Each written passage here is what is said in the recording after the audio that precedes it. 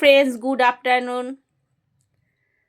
কেমন আছো তোমরা সবাই? আজ চলে এলাম আবার একটি ভিডিও নিয়ে। আজকে রান্নার মেনুতে কি ছিল সেগুলোই আমি তোমাদেরকে দেখাবো। তো আজকে রান্নার মেনুতে ছিল পালং শাক, আর ছিল কাঁচা টমেটো দিয়ে ধনেপাতা দিয়ে মসুরির ডাল, আর ছিল রুই মাছ।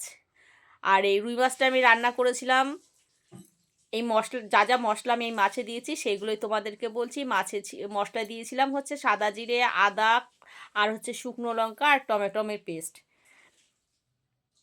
তো আমি আলাদা একটি কড়াইয়ের মধ্যে একটা কড়াইতে মাছ ভাজা করছিলাম, আর একটার মধ্যে আমি মশলা কষাচ্ছিলাম। তো দেখো আমার এদিকে ঝোলটাও কমপ্লিট হয়ে গেছে। তো আমি ভেজে রাখা মাছগুলো দিয়ে আমি ভালো করে ফুটিয়ে নিয়েছি। আর নামানোর সময় একটু ধনেপাতা দেবো, আর দিয়েছিলাম কয়েকটি কাঁচা লঙ্কা।